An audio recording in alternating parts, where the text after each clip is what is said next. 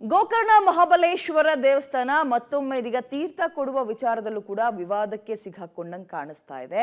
ಸದ್ಯಕ್ಕೆ ಆಗಿರುವಂತಹ ವಿವಾದವಾದರೂ ಏನು, ಕೇಳಿ ಬರ್ತಾ ಇರೋ ಆರೋಪ ಏನು, ಏನ್ ಸಮಸ್ಯೆ ಅಲ್ಲಿ ನೋಡ್ತಾ ಹೋಗೋಣ.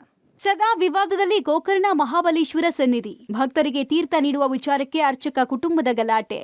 ಗೋಕರ್ಣದ ಜಂಬೆ ಗೋಪ ಮನೆತನದ ನಡುವೆ ಹಕ್ಕಿಗಾಗಿ ಸಂಘರ್ಷ. ಒಂದೆಡೆ ದೇವಸ್ಥಾನದ ಗರ್ಭಗುಡಿಯಲ್ಲಿ ಪ್ರತಿಭಟನೆ ನಡೆಸ್ತಾ ಇರುವ ಅರ್ಚಕರು, ಮತ್ತೊಂದು ಕಡೆ ಪ್ರತಿಭಟನೆಯಿಂದಾಗಿ ದೇವರ ದರ್ಶನಕ್ಕೆ ಬಂದ ಭಕ್ತರಿಗೆ ಅಡ್ಡಿ. ಈ ದೃಶ್ಯ ಉತ್ತರ ಕನ್ನಡ ಜಿಲ್ಲೆಯ ದಕ್ಷಿಣ ಕಾಶಿ ಅಂತ ಪ್ರಸಿದ್ಧಿ ಪಡೆದ ಗೋಕರ್ಣ ಮಹಾಬಲೇಶ್ವರ ದೇವಸ್ಥಾನದ್ದು. ಈ ದೇವಸ್ಥಾನದ ಆಡಳಿತವನ್ನ 2008ರಲ್ಲಿ ಯಡಿಯೂರಪ್ಪ ಸರ್ಕಾರ ರಾಮಚಂದ್ರಾಪುರ ಮಠಕ್ಕೆ ಹಸ್ತಾಂತರಿಸಿತು. ಇದನ್ನ ಪ್ರಶ್ನಿಸಿದ ಅಲ್ಲಿನ ಅರ್ಚಕರು ಕೋರ್ಟ್ ಮೆಟ್ಟಿಲಿದ ಪರಿಣಾಮ 2018ರ ಆಗಸ್ಟ್ನಲ್ಲಿ ಸುಪ್ರೀಂ ಕೋರ್ಟ್ ನ್ಯಾಯಮೂರ್ತಿಗಳ ಅಧ್ಯಕ್ಷತೆಯಲ್ಲಿ ಉಸ್ತುವಾರಿ ಸಮಿತಿ ರಚನೆ ಮಾಡಿತು. ಇದಾದ ನಂತರ ದೇವಸ್ಥಾನದ ಪೂಜೆ, ದೇವರ ಆರತಿ ತಟ್ಟಿಯ ಹಣದ ಹಕ್ಕಿನವರೆಗೂ ಇಲ್ಲಿನ ಕೆಲವು ಅರ್ಚಕರು ಕೋರ್ಟ್ ಮೆಟ್ಟಿಲೇರಿದ್ರು.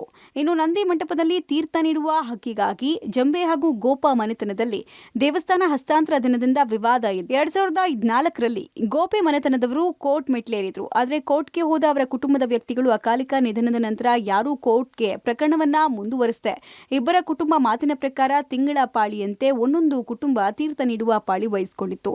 ಅದರಂತೆ ಜಂಬೆ ಕುಟುಂಬ ಕೆಲವು ತಿಂಗಳಿಂದ ಪಾಳಿ ಮಾಡ್ತಾ ಇದ್ದು, ಇದೀಗ ಗೋಪ ಕುಟುಂಬದ ಅರ್ಚಕರು ಈ ಬಾರಿ ನಮ್ಮ ಪಾಳಿ ಇದ್ದು ಬಿಟ್ಟುಕೊಡುವಂತೆ ದೇವಸ್ಥಾನಕ್ಕೆ ಆಗಮಿಸಿದ್ದು. ಈ ವೇಳೆ ದೇವಸ್ಥಾನದ ಉಸ್ತುವಾರಿ ಸಮಿತಿಯ ಆಡಳಿತಕ್ಕೆ ಒಳಪಟ್ಟಿದ್ದರಿಂದ ಅಧ್ಯಕ್ಷರೇ ಹೇಳಬೇಕು ಅಂತ ಜಂಬೆ ಕುಟುಂಬ ತಕರಾರು ತೆಗೆದು ದೇವರ ಗರ್ಭಗುಡಿಯಲ್ಲೇ ಅರ್ಚಕರ ನಡುವೆ ಮಾತಿನ ಚಕಮಕಿಯಾಗಿದೆ.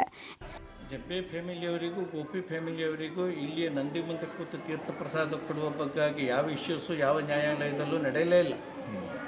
ಗೋಪಿ ಫ್ಯಾಮಿಲಿಯವರಿಗೆ ರೈಟ್ಸ್ ಉಂಟೋ ಇಲ್ವೋ ಅಂತ ಹೇಳೋದು ನಾವು ಜಂಬೆ ಫ್ಯಾಮಿಲಿಯವರಾದರೂ ನಮಗೆ ಗೊತ್ತೇ ಇಲ್ಲ. ಇವತ್ತಿನವರೆಗೂ ಗೋಪಿ ಫ್ಯಾಮಿಲಿಯವರು ಇಲ್ಲಿ ಬಂದು ತಾನು ಪೂಜೆ ಮಾಡ್ತೇನೆ, ತೀರ್ಥ ಪ್ರಸಾದ ಕೊಡ್ತೇನೆ ಅಂತ ಹೇಳುವಂಥ ಹಕ್ಕಿಗೆ ಸಂಬಂಧಪಟ್ಟಂತಹ ಯಾವುದೇ ಪ್ರಕರಣವನ್ನು ಕೇಳಿದ್ದು ಇಲ್ಲ, ಮಾಡಿದ್ದು ಇಲ್ಲ. ಅವರು ಇವತ್ತಿಗೂ ನ್ಯಾಯಾಲಯಕ್ಕೆ ಹೋಗಲಿಲ್ಲ. ಬಟ್ ಇವತ್ತು ಮಾತ್ರ ಅವರು ಬಂದು ತನಗೆ ಹಕ್ಕು ಉಂಟು ಅಂತ ಹೇಳೋದನ್ನು ಕೇಳ್ತಾ ಇದ್ದಾರೆ. ಇನ್ನು ಜಂಬೆ ಕುಟುಂಬ ಗೋಪ ಕುಟುಂಬಕ್ಕೆ ಯಾವುದೇ ಹಕ್ಕಿಲ್ಲ, ಏನೇ ಇದ್ರೂ ದಾಖಲೆ ತೋರಿಸ್ಲಿ, ನಾವು ಅವಕಾಶ ಮಾಡಿಕೊಡ್ತೇವೆ ಅಂತ ಹೇಳ್ತಾರೆ. ಆದರೆ ತಮ್ಮ ಬಳಿ ದಾಖಲೆ ಇದೆ, ನಾವು ಕೂಡ ಹಕ್ಕುದಾರರು ಅಂತ ಗೋಪ ಕುಟುಂಬದವರು ವಾದಿಸ್ತಾರೆ. ಈ ಮಧ್ಯೆ ಸಮಿತಿ ಆಡಳಿತಾಧಿಕಾರಿ ಕುಮಟಾದ ಉಪವಿಭಾಗಾಧಿಕಾರಿ ಕಲ್ಯಾಣಿ ಕಾಂಬ್ಳೆ 7 ದಿನ ಕಾಲಾವಕಾಶ ಕೋರಿದ್ದು, ಅಲ್ಲಿವರೆಗೂ ಜಂಬೆ ಮನೆತನದ ಅರ್ಚಕರೇ ನಿಗದಿಯಂತೆ ನಂದಿ ಮಂಟಪದಲ್ಲಿ ತೀರ್ಥ ನೀಡುವ ಕಾರ್ಯ ನಡೆಸುವ ಜೊತೆಗೆ ಯಥಾಸ್ಥಿತಿ ಕಾಪಾಡಿಕೊಳ್ಳುವಂತೆ ಸೂಚನೆ ಕೊಟ್ಟಿದ್ದಾರೆ. ಹೀಗಾಗಿ ಗೋಪ ಕುಟುಂಬ ಪ್ರತಿಭಟನೆಯನ್ನು ಹಿಂಪಡೆದಿದೆ.